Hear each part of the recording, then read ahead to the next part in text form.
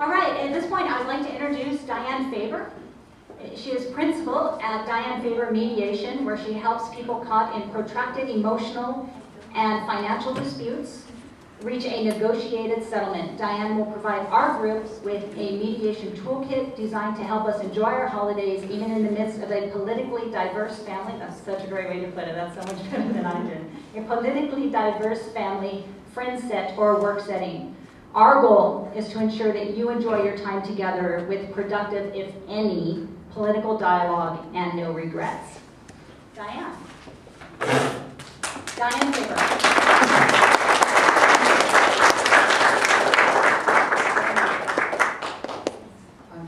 Adjust here. Oh, can people hear me? I guess, can people not hear me? I guess that's how it works. All right. So, first of all, you have, as you walked in, this pretty sheet, which is our Mediator's Toolkit.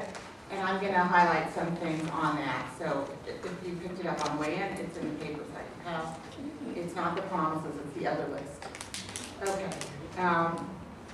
Well, let me first thank Wendy and Stacy and RiseUp LA for inviting me to come be here, and for that introduction, which everything that you said about the organization, Stacy, just leads perfectly into what I came here to say.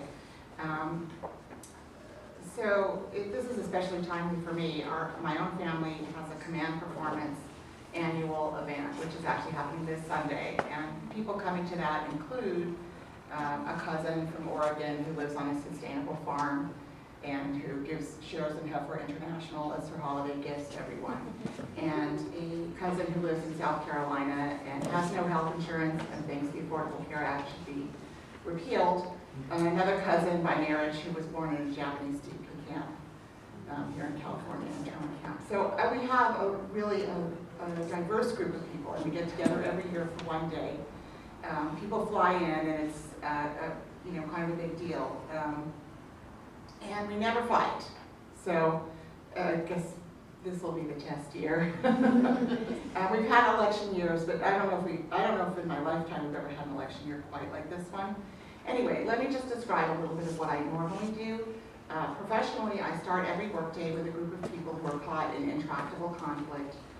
There is bravado, there is grandiosity, there's resentment, there's hostility. One person may feel that the other person is trying to destroy them personally, professionally, financially, emotionally, and the other person may be trying to destroy them financially, professionally, emotionally. So that could be accurate.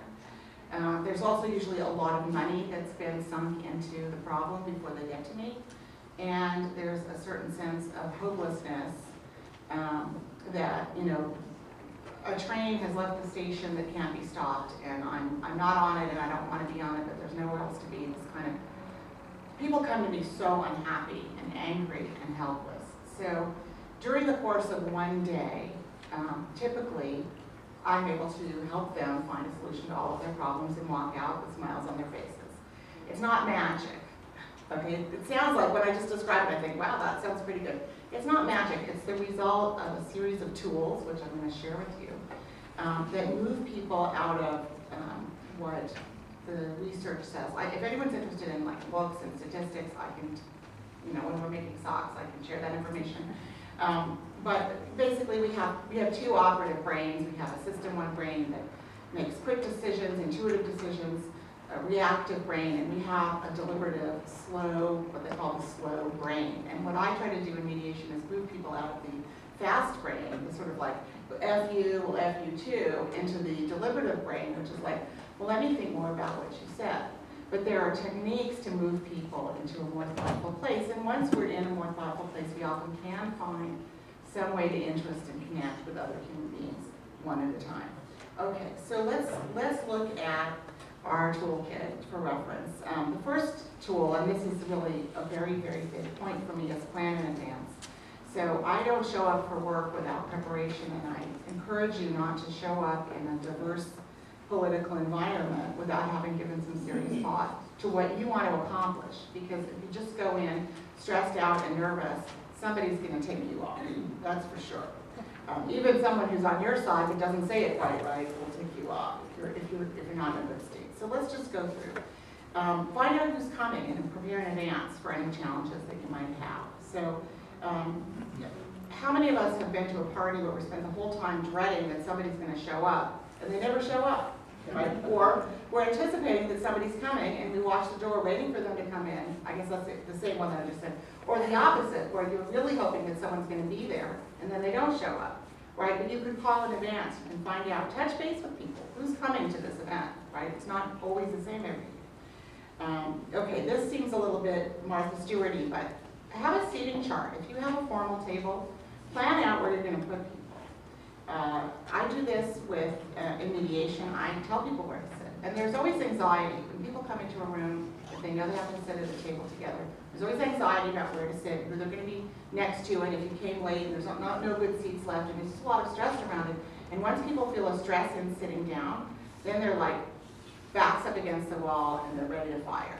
So what I do is just tell people, okay, I'm seating the table now, come with me and sit here, come with me and sit here. And people who know me are used to this, and they don't even notice how artificial it is.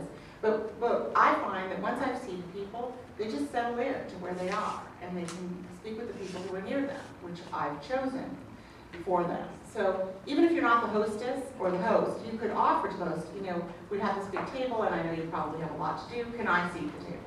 And just organize people a little bit better. As people settle in and relax, they will get up and wander about and mix in with other groups and feel more confident. But at the beginning, see people where they feel safe.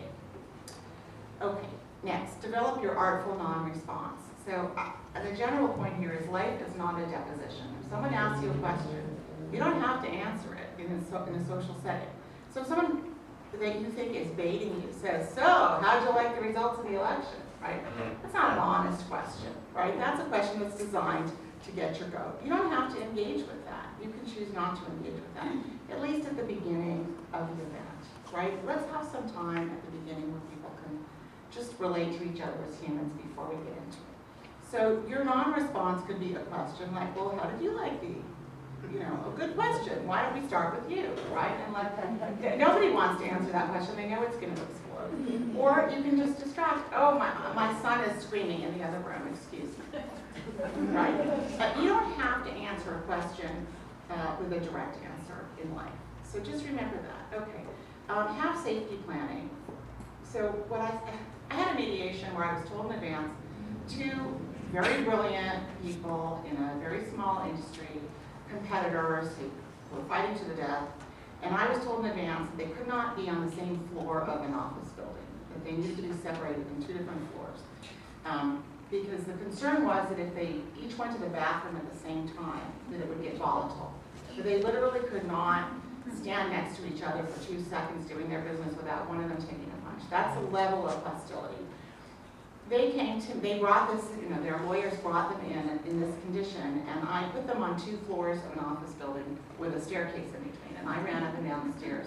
So what was it's supposed to be a 7-hour mediation, wound up being a 10-hour mediation. At the end of the mediation, the 2 of them came into a room, shook each other's hands, and signed a multi-page document with many terms, and walked away both feeling like they had really resolved it in their favor. Okay, so that's what's possible, but it wouldn't have been possible at the beginning. The beginning, they needed to be on different floors, and they needed to see that I honored their inability to be together by running up and down the stairs. That was my trust building with them. I hear that you feel unsafe.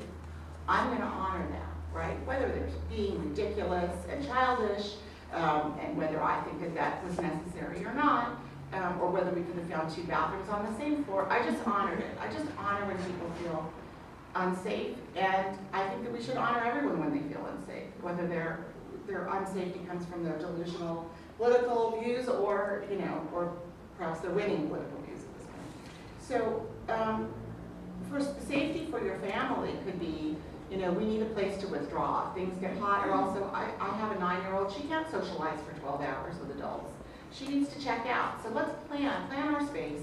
How are we going to be, if you're going for a weekend to stay in somebody's home, there's got to be time and space that's going to be just your family. I personally need to be alone some of the time. Like, I can't do all this all the time. I need to like go read a book or check my messages or talk to someone in another city on the phone. So have a safety plan for you, emotional safety, physical safety. They could post our Facebook page and all this now. Right, exactly. I'm stuck in a horrible place. Okay, and have a graceful exit strategy. I mean, I don't believe, yes. I have a quick question. Before you said, here's a scheduled private time. What if our family doesn't want us to ever be alone? We have to always be together. Right, so I'm from this family, okay? The dream is that we all come together and that everyone in the family is in one space for 12 hours a day, day after day. That's the dream. Okay, but it isn't my dream, right? So the thing is that we plan. It's planning. And you can say to someone in advance, you know, in the afternoon we're going to take a walk. Me and my, you know, my husband or my 9-year-old or my, you know, uncle who, or my dad who's just going to blow just being around people for 5 minutes is all. You know, he needs constant breaks and needs to watch TV to calm down. And that needs to be arranged, remember. It's going to be nutty. Okay, so where are we at? You can keep going. Oh, yeah, no. Okay, so yeah, so the thing is that you have to be able to assert what your basic safety needs are to the person who has the ability to say yes. That's the hard part. But if you think about it in advance, you say like, I'm not that 12-hour party guy with my relatives, maybe with your friends, but maybe not with your relatives, right? So then you have to have a plan. People can come and go. You know, there's no law being broken if you take a break. The bathroom may be your friend. The bathroom, or you know, the back patio, you know, or yeah, a bedroom somewhere. Just disappear for a while. People don't know what you're doing.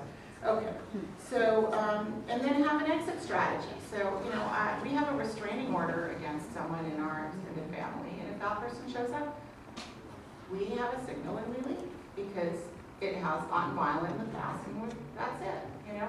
So the thing is, let's not over dramatize, but I'm not saying stay in a place that's unsafe. All right, now let's have some rules. Okay, and again, you might not be the hostess, but you might suggest this.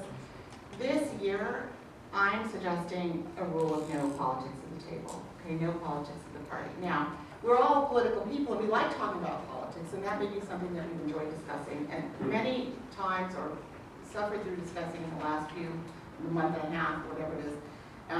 But if people have a rule in advance, I mean, in mediation, I tell people what the rules are in advance. I say, these are the rules, and then when everybody shows up, I give them a paper and they sign up on the rules. There's not a lot of rules, and they're very simple.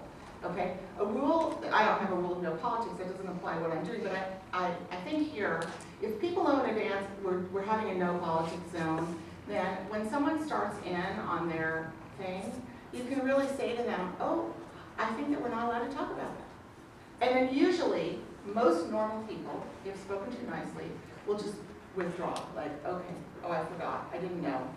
Oh, okay, you're right. Or they'll just say like, oh, Diane said we can't talk about that. Okay.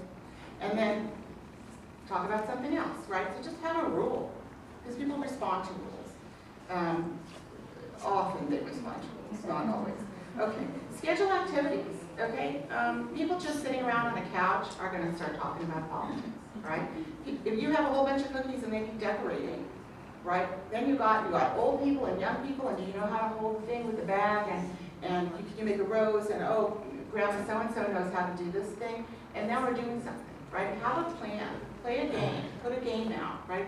It can be a party game, like it doesn't have to be like, you know, Trouble or, you know, a game that comes in a box, but just something that engages people and something where they have to focus on that. Ideally, not something that favors super smart people over slower people, because that is hostility and sometimes falls out along political lines, in my opinion. Okay. Focus on areas of commonality. I put on here, everybody likes pie. I mean, there are things that we all can enjoy and eat. And most people love their young children. Teenagers, most people like to diss their teenagers when they're in the other room. But there are commonalities that we can find that don't have to do with politics. Okay, I'm skipping ahead because I know I'm probably... Yeah, we want to give people time. Yeah, I want to just skip ahead to a couple of things. When we get, if you want to actually build a connection with someone about, you know, on a political level. So this is really, it's advanced. We think that it's not, but it's really advanced in terms of human contact from where I sit, because you're really poking someone in their Achilles heel. Like, they know that you don't like what they're going to say, and you know that you're not going to like what they're going to say, and everybody's tense and what have you. I would recommend the following. Ask questions The mediator's tool is a question. I always ask a question rather than say a statement. Instead of saying, I think you're going to lose your case, and I think you're going to lose it big. I say, how do you think that a jury might react to finding out that you were having an affair with this employee at the same time that your wife was expecting a baby? You know, it's a question. It's a question. But I'm not telling you, you're a dog, you're bad. I mean, think that. You're a dog, you're bad. Like, how can you look in the mirror? But I'm just sort of exploring, like, what is the value of your case, right? Okay, so that's my mediation example. You're going to have to be creative in talking to people who you know diverge strongly from your political views, but you've got to start with questions that are gentle, and then and you may not get any farther than that. I mean, I wouldn't recommend right now pressing any farther than that. I mean, an interesting question might be: is there anything about the way the new administration is shaping up that concerns you? Right? Now, there's a lot that concerns us, but, you know, people are nuanced, and another version of this said, you know, listen for a nuanced answer. I mean, everybody is not an alt-right, white supremacist that voted for Trump, although it's easy to think of them that way. But there are people who struggled with the decision and went that way, and those are people whose votes we want back. So we need to be able to speak and listen. So I have here both asking questions and also listening to the answer, because I think that's where we all fall down. You know, Cynthia Heimel, a humorist, says the opposite of talking isn't listening; the opposite of talking is waiting. And I think that that's really gets to the core. That's supposed to be funny, but it's not funny anymore. That gets to the core of the problem, which is we're all talking, but we're not listening. We're waiting until the other person says they're completely, groundless and offensive thing in our mind, and then we're saying our thing, which we know that they don't share any acceptance of, and then it's their turn. And that's what has become a conversation. But there's a piece missing, which is actually listening to the nuances of what an actual specific individual feels or says. So, you know what, I'm willing to take questions, but I just wanted to wrap up my spoken portion with hold on one second, hold that question, with just a little story, which is a true story about Derek Black, the godson of David Duke of the KKK, who was raised, the mother's milk of his life and his religion was alt-right, white supremacy. And he felt that, and he was taught, and he had his own magazine for young people about how, every type of person that wasn't exactly like him and his family should leave the country and didn't belong there. And in the course of his college experience, he's recently written some public things, and he's no longer espousing these views, but what turned him, what started his journey to exploring that things might be not, that this isn't the only truth in the world, was that somebody, when he was in college, invited him over for dinner on a Friday night with a bunch of people. And the somebody happened to be a Jewish person. And so he ended up going to dinner at a Jewish person's house on a Friday night, and he experienced what a Jew does on Friday night, which is different in every Jewish household, but it's something, something that was different from what he thought it would be. And he ended up going back and going back again, and a friendship developed between him and this fellow college student who happened to be a Jewish person, and it caused him to first question whether Jews were really like the problem, these evil whatever he thought they were, and then maybe all the groups that had been demonized weren't. And he's actually completely renounced his upbringing and has spoken out, and now helps people understand how to deal with the alt-right from the outside. So that came from a dinner in which politics were not discussed, and I can't emphasize enough that going right into the sore point is just going to be a conflagration. We have, talk about mid-year elections, but the next presidential election is 4 years away. We want to be building human connections with people, and that is what I would hope can happen. Not a miraculous, we went to a party and now all my relatives are voting with me, but that it was fun being together, and I might actually follow up with this one for a recipe and that one for something else, and we're going to be talking. Okay, so now I'm going to wrap there and take questions in the back. Well, I wondered if you saw the clip where the guy was on the airplane on Delta Airlines, and he was walking up and down the aisle boasting about we have a new president, and if you don't like it, blah, blah, blah. And then he said, are there a lot of Hillary bitches in here? And he looked at all the women sitting in the seats, and nobody responded to him. And he just, all he said was, well, you better get used, you better like it, because look what you got, or some, some stuff like that. And he was just boasting up and down the aisle, and nobody responded to him. And maybe they were afraid, I don't know, but he's banned from flying on that airline.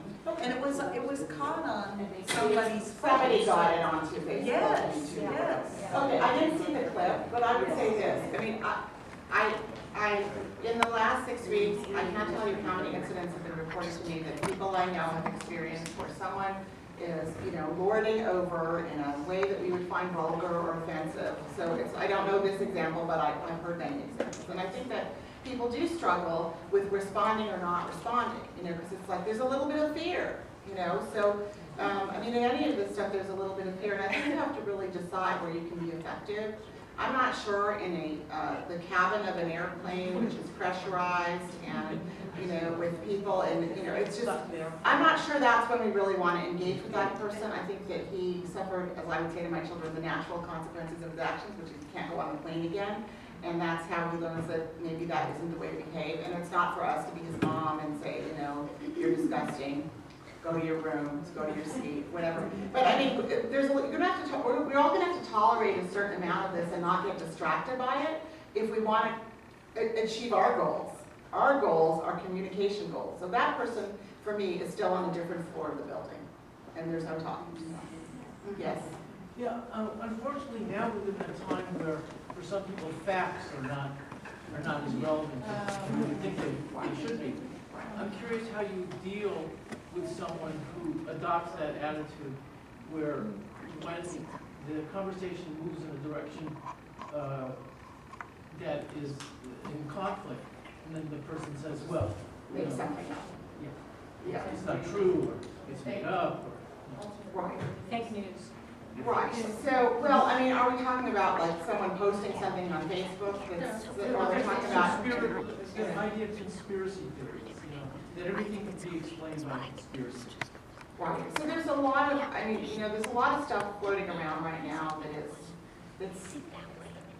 that would have been fringe material in the past that would have just never gotten to us. We wouldn't know where to see it or be exposed to it because you'd have to go hunt it out in some, strange bookstore on a street with no lights to learn about these crazy theories. Now with the internet, everything kind of looks the same, and people post things and they're available and they have headlines, and you don't know when you click on something if it's going to take you to like a miracle diet supplement or to Breitbart or where it's taking you, and there's a lot of, I mean, what I see in my mediation business is the FTC is busy trying to shut down a lot of fake sites where there's something for sale that they can go after that.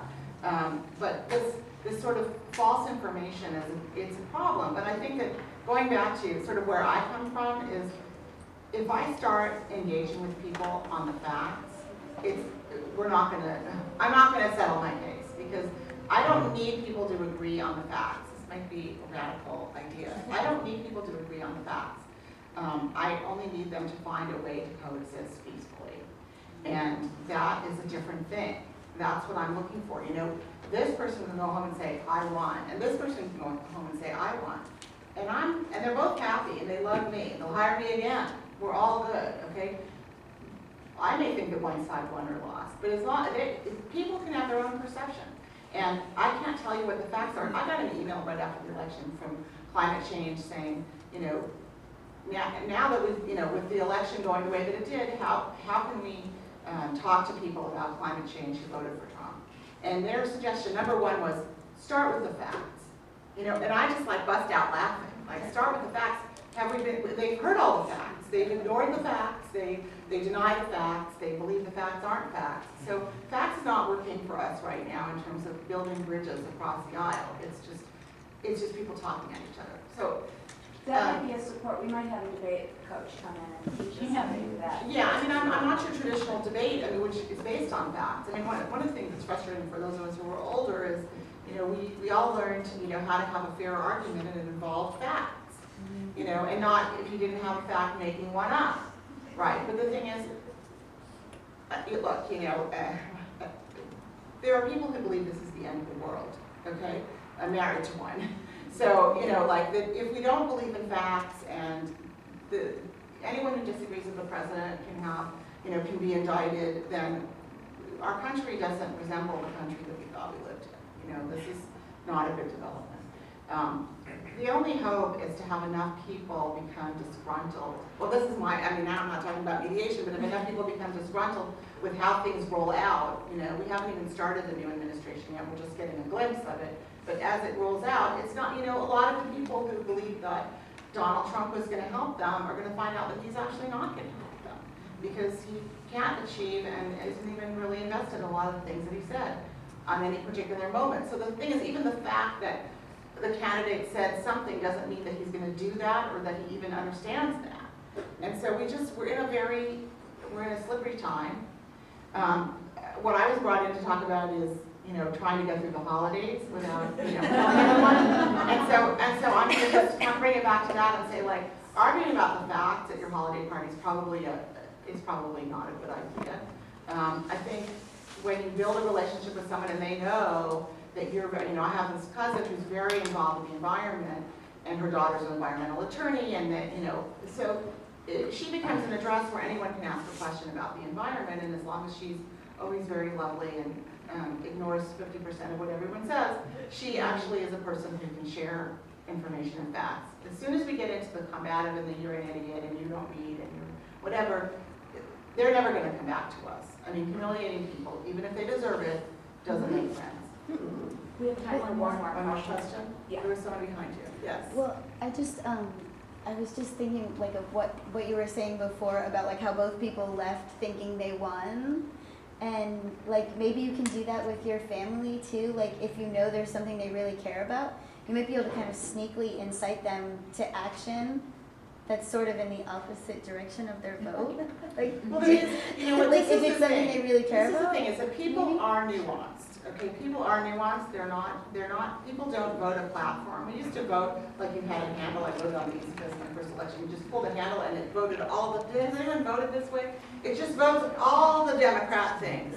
You don't have to know what they are, or what their names are, or what their policies are, you know, you just voted the thing. People are not, you know, that. They have nuanced views. So, for example, my husband, I have this cousin who like has the Duck Dynasty beard, and he repairs buses, and he's on a bus for an hour and a half each way getting to work. He's really blue collar. And my husband, but he subscribes to Scientific American. So that's weird to us. Like every year when we're going to this party, on the way there, my husband's like, why does he subscribe to Scientific American? It's become a thing. But my husband always talks to him about science. You know, he's interested in actual science. Okay. He wasn't in love with Trump. I don't actually know how he voted, although I'm guessing that he voted not for Hillary. But I think he didn't like anybody, and that he was one of those Facebook people that say everyone's equally reviled, which I found very upsetting, that kind of talk. But he has a vulnerability on science because he actually does care about science. So the thing is, you have to get to know people, find out, you know, find their nuances, and one by one build those relationships so that when you do have something that they're interested in hearing about, they'll come to you. Okay. All right. Well, good luck, everyone. I wish